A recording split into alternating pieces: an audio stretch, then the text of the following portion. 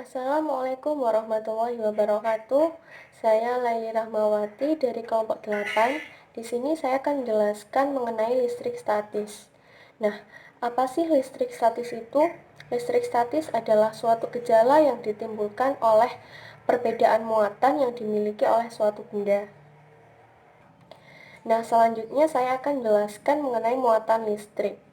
Nah, pada serangkaian percobaan sederhana yang ditemukan oleh Benjamin Franklin pada tahun 1706 sampai 1790, ditemukan dua muatan listrik, yakni muatan positif dan muatan negatif.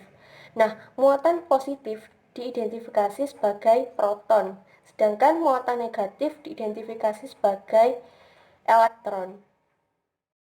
Untuk membuktikan adanya muatan positif dan negatif, digunakan demonstrasi pada gambar ini. Nah, pada gambar A dapat dilihat di sini sebuah batang karet digantung pada seutas tali. Nah, di sini batang karetnya bermuatan negatif. Nah, lalu didekatkan dengan sebatang kaca yang bermuatan positif. Nah, apabila didekatkan antara batang karet dan juga batang kaca ini, dia akan saling tarik-menarik. Nah, pada gambar B, di sini sebatang karet digantung pada seutas tali. Batang karet ini bermuatan negatif. Lalu didekatkan dengan batang karet lainnya yang juga bermuatan negatif. Maka dia akan saling tolak-menolak. Nah, dapat disimpulkan pada kedua gambar ini bahwa muatan-muatan yang bertanda sama, dia akan saling tolak-menolak, maupun itu muatan negatif maupun muatan positif. Lalu jika muatan yang bertanda berbeda, dia akan saling tarik-menarik. Nah, selanjutnya yakni sifat-sifat muatan listrik. Nah, sifat-sifat muatan listrik ada 3, yakni yang pertama ada 2 jenis muatan di alam, yaitu muatan positif dan muatan negatif.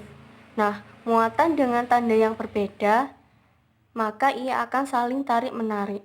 Sedangkan muatan dengan tanda yang sama, dia akan saling tolak-menolak. Seperti yang sudah saya jelaskan pada demonstrasi gambar sebelumnya. Nah, yang kedua yakni muatan total dalam sistem yang terisolasi adalah kekal. Maksud dari pernyataan ini adalah muatan tidak diciptakan atau dimusnahkan. Ketika suatu benda digosokkan dengan benda lain, tidak ada muatan yang tercipta. Yang terjadi adalah perpindahan muatan dari benda yang satu ke benda yang lain. Contohnya adalah saat batang kaca digosok kain sutra. Kain sutra mendapatkan muatan negatif dengan jumlah sama dengan muatan positif pada batang kaca. Di sini elektron berpindah dari kaca ke kain sutra pada proses penggosokan. Nah, yang ketiga yakni muatan terkuantisasi. Nah, maksud dari muatan terkuantisasi di sini adalah muatan dengan kelipatan terkecil. Nah, muatan listrik disimbolkan dengan huruf Q kecil. Nah, oleh karena itu, karena muatan terkuantisasi, maka dapat dituliskan Q sama dengan NE, di mana E di sini merupakan muatan fundamental, sedangkan N di sini merupakan bilangan bulat. Nah, contohnya di sini Q sama dengan plus min 2E. Nah, 2 di sini merupakan bilangan bulat, sedangkan di sini dia melambangkan muatan fundamental. Plus min di sini berperan sebagai dia elektron ataupun proton. Karena elektron dapat dilambangkan dengan min E, sedangkan proton plus E, sedangkan neutron tidak memiliki muatan karena dia netral. Nah, yang selanjutnya yakni pengisian muatan listrik pada benda. Nah, pengisian muatan listrik pada benda itu ada 3. Nah, yang pertama adalah konduksi. Konduksi merupakan pengisian muatan listrik dengan cara menempelkan benda yang satu ke benda yang lain yang sudah bermuatan. Contohnya yakni pada gambar A, di sini ada benda konduktor yang ditempelkan pada batang yang bermuatan positif. Nah, karena di sini batang yang bermuatan positif itu muatannya lebih positif, maka benda konduktor di sini muatan negatif akan berpindah ke benda positif tadi. Lalu ketika batang yang bermuatan positif ini dilepas, maka di sini benda konduktor akan bermuatan positif. Lalu pada gambar B di sini sebuah benda konduktor ditempelkan pada batang yang bermuatan negatif. Di sini karena batang di sini lebih negatif, maka dia tidak berpindah dari sini ke sini, melainkan pada benda konduktor di sini positifnya yang akan berpindah dari benda konduktor ke batang. Jadi di sini dia akan berpindah, positifnya berpindah, lalu pada benda konduktor ini ketika batang dilepaskan maka dia akan bermuatan negatif. Nah, yang selanjutnya yakni penggosokan. Nah, penggosokan merupakan pengisian muatan listrik dengan cara menempelkan benda yang satu ke benda yang lain yang sudah bermuatan. Nah, contohnya yakni sisir dengan rambut manusia. Nah, sisir di sini muatannya adalah negatif, sedangkan rambut manusia muatannya positif. Ketika sisir dengan rambut manusia digosokkan, maka elektron dari rambut berpindah ke sisir. Nah, yang nomor 3 yakni induksi. Induksi merupakan pengisian muatan listrik dengan cara mendekatkan benda tersebut ke benda lain yang sudah bermuatan. Nah, untuk memahami proses pengisian konduktor melalui induksi, diasumsikan bola konduktor netral atau tidak bermuatan terisolasi dari tanah. Nah, pada gambar A ini, bola netral dengan jumlah muatan positif dan negatif yang sama. Lalu pada gambar B, elektron-elektron pada bola netral akan terdistribusi ulang secara saat batang karet bermuatan negatif didekatkan ke bola. Nah, kita ketahui bahwa di sini batang bermuatan negatif. Nah, jika didekatkan, maka muatan negatif yang ada di dalam bola ini akan tolak menolak dengan batang, maka dia akan berpindah pada sisi lain bola. Nah, jadi di sini muatan negatifnya berpindah pada sisi sini. Lalu pada gambar C ini, saat bola terhubung ke tanah, sebagian elektron pada bola berpindah ke tanah melalui kawat. Nah, karena elektron berpindah pada sisi lain bola atau sisi kanan sini, lalu ada kawat yang terhubung ke tanah, maka elektron, karena di sini teman-teman, karena yang bisa berpindah itu kan hanya elektron. Jadi di sini elektron berpindah dari bola ke kawat menuju ke bumi. Nah, kita ketahui bumi kita itu merupakan bersifat netral. Jadi dia bisa mentransfer elektron ataupun menerima elektron. Nah, pada kondisi ini bumi menerima elektron dari bola. Lalu pada gambar D, saat kawat penghubungnya dilepas, bola memiliki kelebihan muatan positif yang terdistribusi secara tidak merata. Nah, karena tadi kita ketahui bahwa sebagian elektron telah berpindah ke bumi atau ke tanah, sehingga pada bola tersisa muatan positif yang terdistribusi secara tidak merata. Lalu pada gambar E, saat batang dijauhkan, sisa elektron terdistribusi ulang secara tidak secara tidak merata dan pada bola tersisa muatan positif yang terdistribusi secara merata. Jadi saat batang dijauhkan,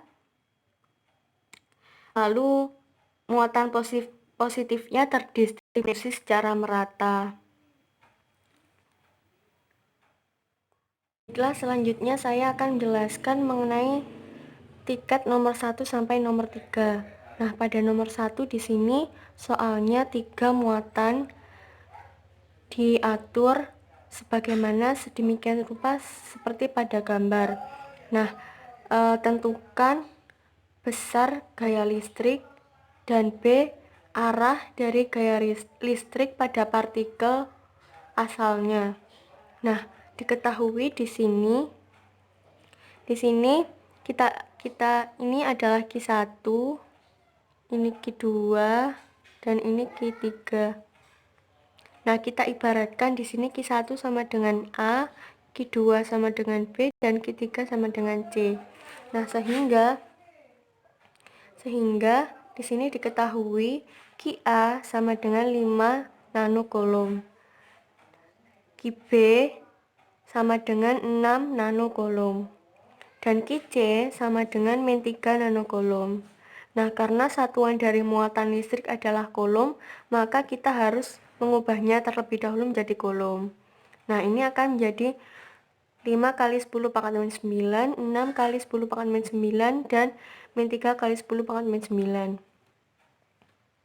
Nah, lalu diketahui juga di sini RBA adalah 0,3 meter dan RCA adalah 0,1 meter. Nah, diketahui juga tetapan K yakni 9 kali 10 pangkat 9. Nah, bisa kita langsung. Nah, pertama-tama kita akan mencari FBA-nya terlebih dahulu atau di sisi X-aksis. Yang ini Y-aksis. FBA sama dengan sesuai dengan rumus hukum Coulomb, K sama dengan, karena ini B dan A, maka ini B-nya Q2, QB gitu aja ya. QB kali QA per, ini mutlak ya teman-teman, per RBA kuadrat. Lalu K-nya dimasukkan 9 kali 10 pangkat 9 dikali 6 kali 10 pangkat min 9 kali 5 kali 10 pangkat min 9. R-nya, RBA-nya di sini 0,3.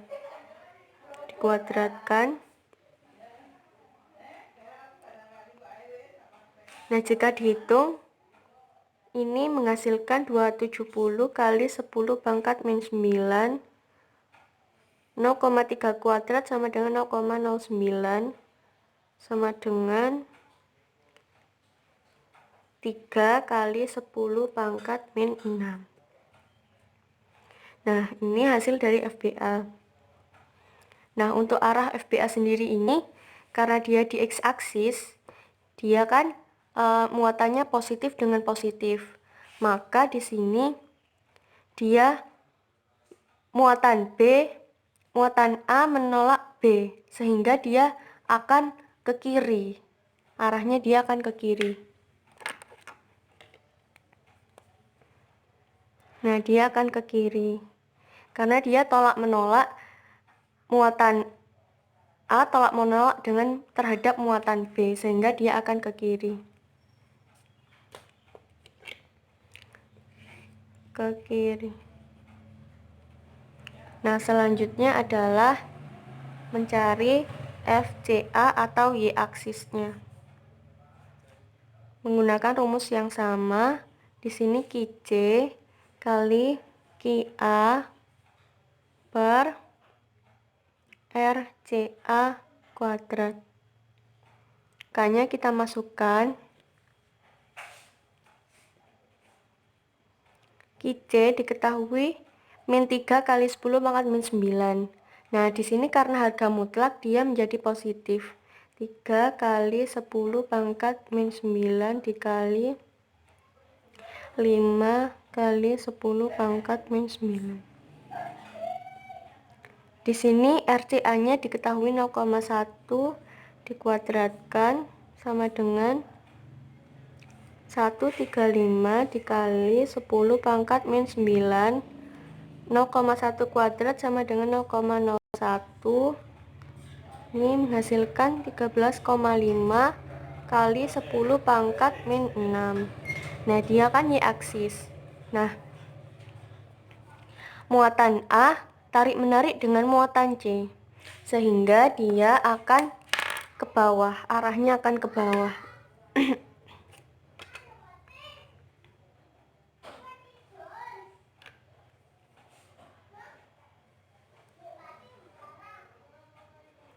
Dia akan ke bawah.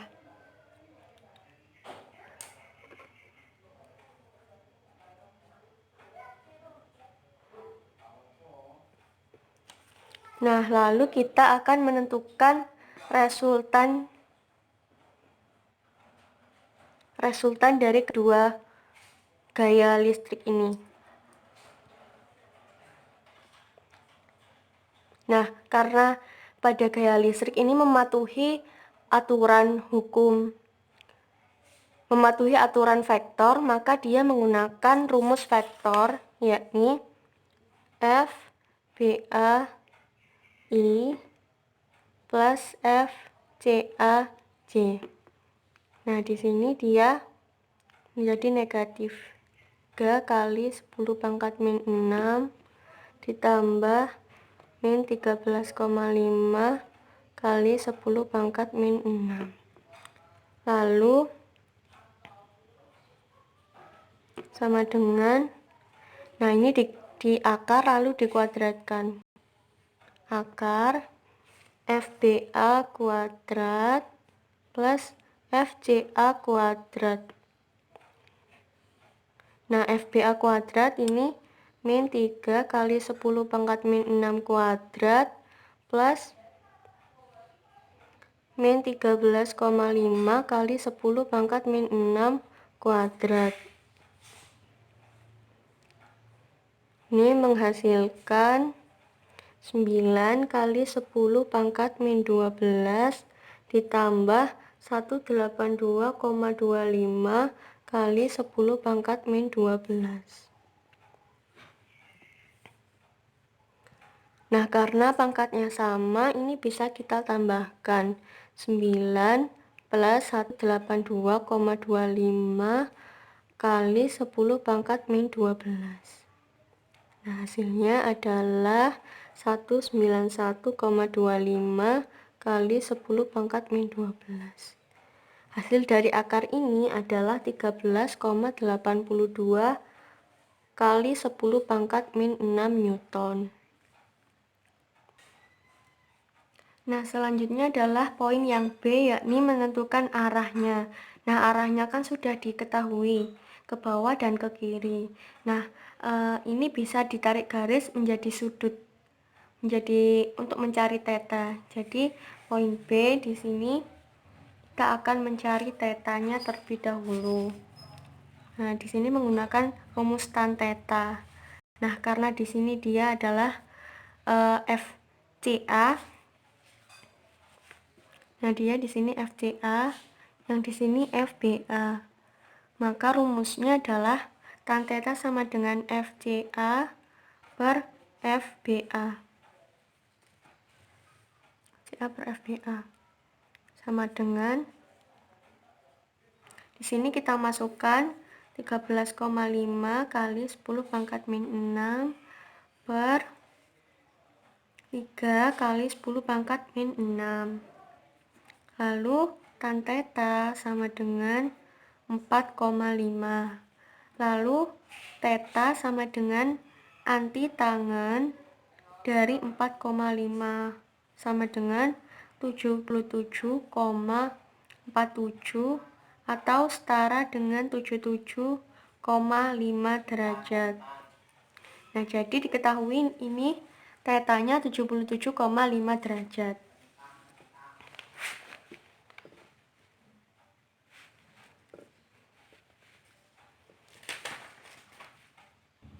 Nah, jika digambarkan pada milimeter blok akan terjadi seperti ini.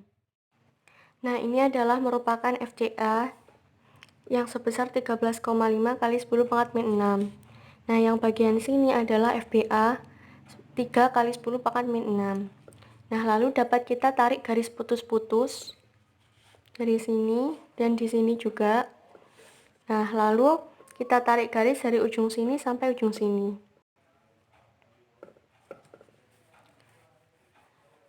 Ini merupakan resultannya. Nah, lalu di sini terbentuk sudut 90 derajat atau siku-siku. Lalu di sini tan theta terletak di sini dikarenakan FBA dan FCA-nya di sini, maka dia ada di sini. Nah, di sini juga ada sudut. Nah, untuk mencarinya, karena jumlah dari bangunan ini adalah siku-siku, maka 90 derajat dikurangi 77,5 derajat, menghasilkan 12,5 derajat. Nah,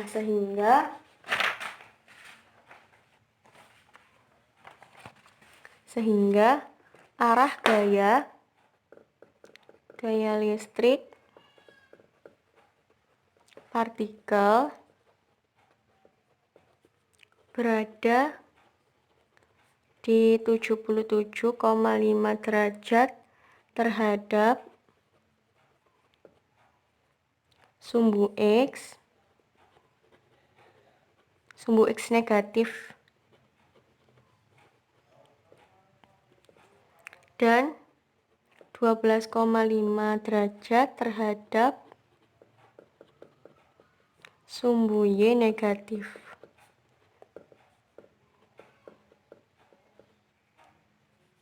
Di sini.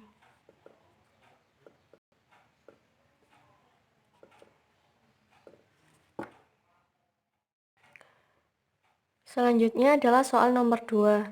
Diketahui pada soal 3 listrik muatan terletak di sepanjang garis lurus sesuai dengan gambar P23.12, di mana Q1 sama dengan 6 mikrokolom, Q2 sama dengan 1,50 mikrokolom, dan Q3 sama dengan min 2 mikrokolom. Nah, jarak pemisah yakni D1 sama dengan 3 cm dan D2 sama dengan 2 cm. Hitung besar dan arah dari gaya listrik dari A, Q1, Q2, dan Q3. Nah, diketahui di sini pada gambar, di sini Q1 sama dengan 6 mikrokolom. Nah, Q2 sama dengan 1,5 mikrokolom dan Q3 sama dengan min 2 mikrokolom. Nah, karena satuannya adalah kolom, maka harus kita ubah terlebih dahulu. Dan akan menghasilkan 6 kali 10 pangkat min 6 kolom, 1,5 kali 10 pangkat min 6 kolom, dan min 2 kali 10 pangkat min 6 kolom. Nah, di sini D1 diketahui 3 cm dan D2-nya diketahui 2 cm atau sama dengan 2 dikali 10 pangkat min 2. Nah, tetapan K-nya juga diketahui 9 kali 10 pangkat min 9 nm kuadrat per C kuadrat. Nah, Q1 ini kita ibaratkan dengan A, Q2 dengan B, dan Q3 dengan C. Lalu pertama-tama kita akan mencari sigma FA atau F1. Nah, sigma FA itu kan terdiri dari BA dan CA. Nah, untuk mencari sigma FA menggunakan rumus FCA min FBA. Di sini FCA-nya positif dikarenakan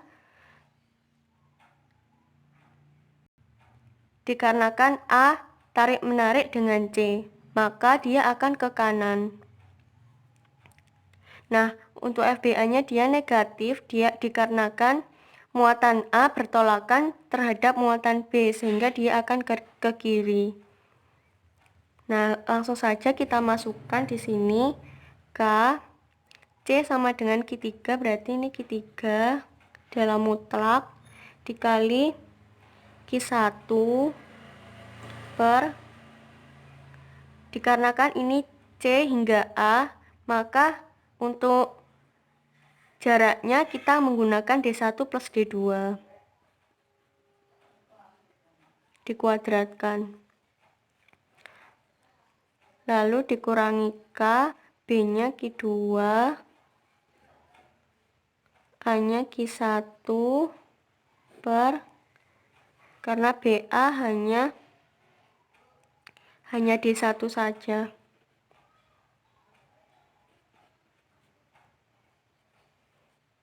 Langsung kita masukkan di sini 9 kali 10 pangkat 9 dikali Q3 diketahui min 2 pangkat 10 pangkat min 6. Nah, karena di sini adalah harga mutlak, maka dia menjadi positif. Ini 6 kali 10 pangkat min 6. D1 plus D2 kan sama dengan 5 teman-teman ya. Jadi ini langsung saja 5 dikali 10 pangkat min 2 langsung dikuadratkan. Ini dikurangi 9 kali 10 pangkat 9. Q2 nya diketahui 1,5 min 6 dikali 6 kali 10 pangkat min 6. Nah, D1 nya 3 kali 10 pangkat min 2 kuadrat sama dengan 108 dikali 10 pangkat min 3. Ini 25 dikali 10 pangkat 4. Ini 81 dikali 10 pangkat min 3. Dan ini 9 dikali 10 pangkat 4. Nah, ini jika dihitung hasilnya maka menghasilkan 43,2, yang ini dikurangi 90 sehingga hasilnya min 46,8 Newton. Karena hasilnya min, maka ia ke kiri. Nah, selanjutnya untuk mencari F2 atau sigma FB. Nah, FB di sini terdiri dari CB atau CA. Mohon maaf, CB atau BA. Di sini FCB plus FAB. Di sini FCB positif dikarenakan ini B tarik-menarik terhadap C sehingga dia akan ke kanan. Lalu FAB juga positif di sini dikarenakan muatan B tolak-menolak terhadap muatan A sehingga dia akan ke kanan. Maka hasilnya positif.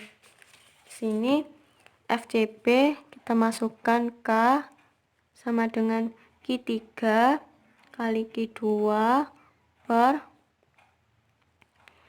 CB di sini hanya D2 sehingga di sini D2 kuadrat plus K kali Q1 Q2 per D1 kuadrat.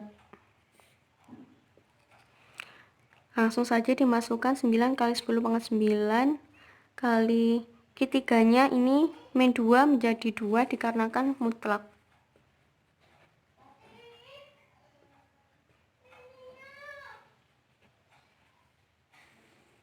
D2 nya diketahui 2 kali 10 pangkat min 2 pangkat 2 plus 9 kali 10 pangkat 9 dikali 6 kali 10 pangkat min 6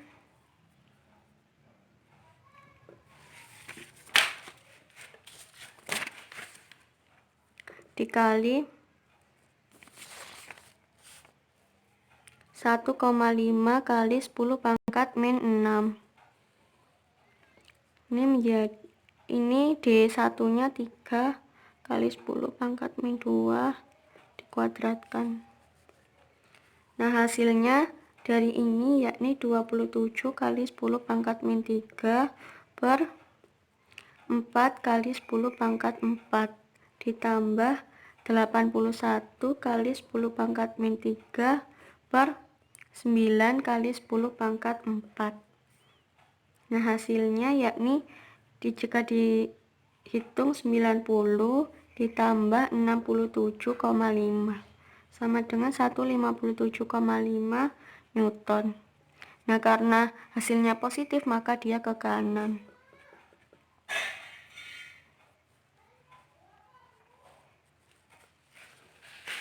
Nah jika digambarkan di sini dia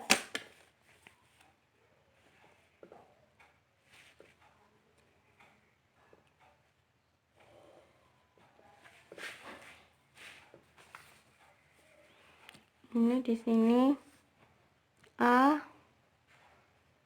B, C. Nah, di sini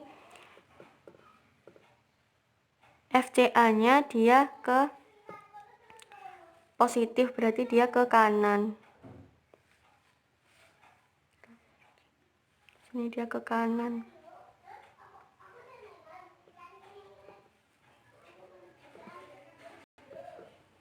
Sedangkan FBA-nya dia di sini negatif, maka dia ke kiri.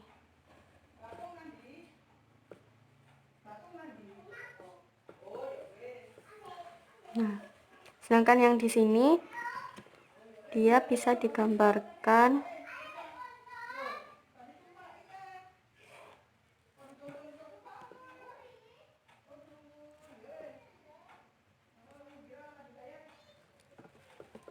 nah FCB-nya positif, maka dia ke kanan.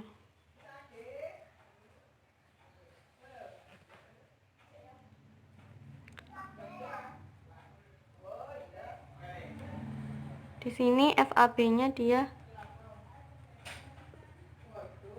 juga positif, maka dia ke kanan. Nah, selanjutnya kita akan mencari F3 atau sigma FC. Ini menggunakan rumus min FBC min FAC. Nah, di sini dia min FBC dikarenakan muatan C tarik menarik terhadap muatan B, sehingga dia akan ke kiri. Arahnya negatif. Arahnya ke kiri berarti dia negatif.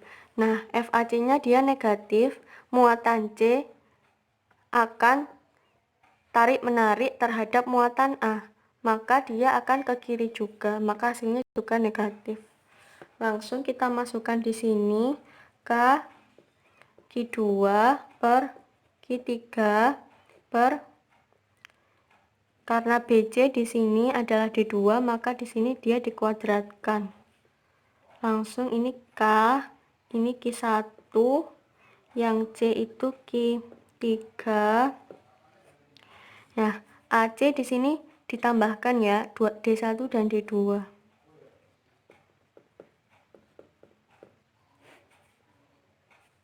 Ini sama dengan 9 kali 10 pangkat 9, Q2-nya 1,5 kali 10 pangkat min 6 dikali Q3-nya 2 kali 10 pangkat min 6 per D2 kuadratnya 2 kali 10 pangkat min 2 dikuadratkan. Nah, ini dikurangi 9 kali 10 pangkat 9 dikali Q1-nya 6 kali 10 pangkat min 6 dikali Q3-nya 2 dikali 10 pangkat min 6. D1 plus D2 sama dengan 5 dikali 10 pangkat min 2 dikuadratkan. Maka jika dihitung hasilnya 27 kali 10 pangkat min 3 per 4 kali 10 pangkat 4 dikurangi 108 dikali 10 pangkat min 3 dikurangi 25 dikali 10 pangkat 4. Nah, hasilnya ini 43,2 dan dikurangi 67,5. Menghasilkan, ini mohon maaf ini min ya teman-teman. Min ditambah min, maka ia min 110,7 Newton. Nah, hasilnya min, maka ia arahnya ke kiri. Nah, jika digambarkan pada FBC dan FAC-nya, maka FBC dia ke kiri dikarenakan dia di sini negatif, maka dia ke kiri. Nah, FAC-nya di sini juga negatif, maka ia juga ke kiri arahnya. Nah, pada soal nomor 3 ada dua manik-manik kecil yang bermuatan positif dengan Q1 sama dengan 3Q dan Q2 sama dengan Q yang dipasang pada ujung yang berlawanan dari batang isolasi horizontal dengan panjang D sama dengan 1,5 meter. Manik dengan muatan Q berada pada titik asal, seperti yang ditunjukkan pada gambar P23.13 ini. Lalu manik kecil ketiga diisi bebas untuk meluncur di batang. Lalu yang ditanyakan A, pada posisi apa X adalah manik ketiga dalam keseimbangan? Yang B, bisakah keseimbangan menjadi stabil? Lalu diketahui Q1 sama dengan 3Q, Q2 sama dengan Q, dan D sama dengan 1,5 meter. Ditanya A yang A, X, yang B, dapatkah seimbang? Lalu dapat dijawab, di sini A, X pada keadaan seimbang. Di sini F13 sama dengan F23. Maksudnya adalah F13 di sini sama dengan F23 di sini. Jadi dia tinggal kita masukkan rumusnya K Q1 kali Q3 per X kuadrat. Nah, R-nya diganti X kuadrat. X yang ini K Q2 dikali Q3 per, karena di sini letaknya 2 F23 di sini, maka dia tidak terdapat X, maka dia D dikurangi X kuadrat. Nah, di sini dapat kita coret K dan Q3. Nah, Q1-nya tinggal kita masukkan. Q1-nya diketahui 3Q per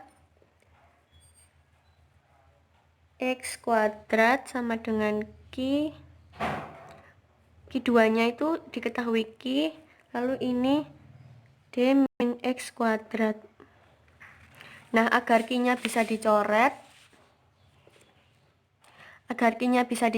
maka ia pada semua sisi dikalikan 1 per Q. Nah, jadi ini bisa dicoret. Nah, selanjutnya setelah Q-nya hilang, ini kan ada X kuadrat, ada D min X kuadrat. Nah, kita akarkan agar kuadratnya hilang. 3 min per X kuadrat sama dengan akar 1 per D min X kuadrat. Nah, kita ketahui bahwa akar A per B sama dengan akar A per akar B. Lalu di sini akar 3 per akar X kuadrat sama dengan akar 1 per akar D min X kuadrat. Nah, kita ketahui juga bahwa akar X kuadrat sama dengan X dan akar D min X kuadrat sama dengan D min X. Nah, dapat ditulis akar 3 per X sama dengan akar 1 per D min X. Nah, di sini X-nya bisa pindah ruas menjadi akar 3 D min X dikali D min X. Lalu akar X sama dengan akar 3D min akar 3X. Nah, di sini akar min 3X-nya hilang. Nah, maka pada semua sisi kita tambahkan 3X plus akar 3X. Nah, di sini akar 3D min akar 3X plus akar 3X. Nah, ini kan jika dijumlahkan hilang, maka menjadi X plus akar 3X sama dengan akar 3D. Lalu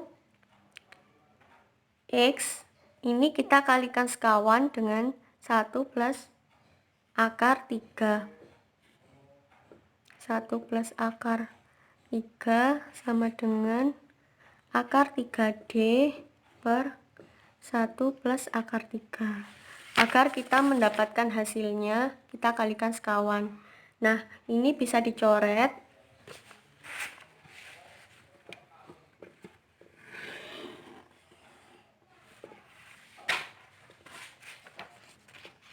Lalu, ini menjadi X sama dengan akar 3D 1 plus akar 3. Nah, kita ketahui D-nya 1,5. Maka tinggal kita masukkan kali 1,5 per 1 plus akar 3. Nah, jika dihitung hasilnya sama dengan 0,951 meter. Nah, untuk poin B ditanyakan bisakah keseimbangan menjadi stabil? Jawabannya adalah iya. Nah, dikarenakan di sini titik setimbangnya gaya yang bekerja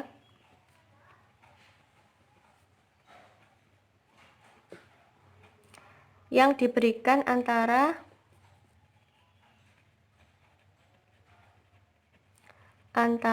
Q1 dan Q2 berjumlah sama.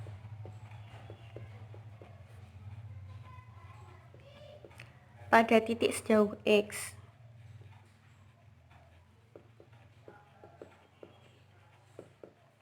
Dari Q1.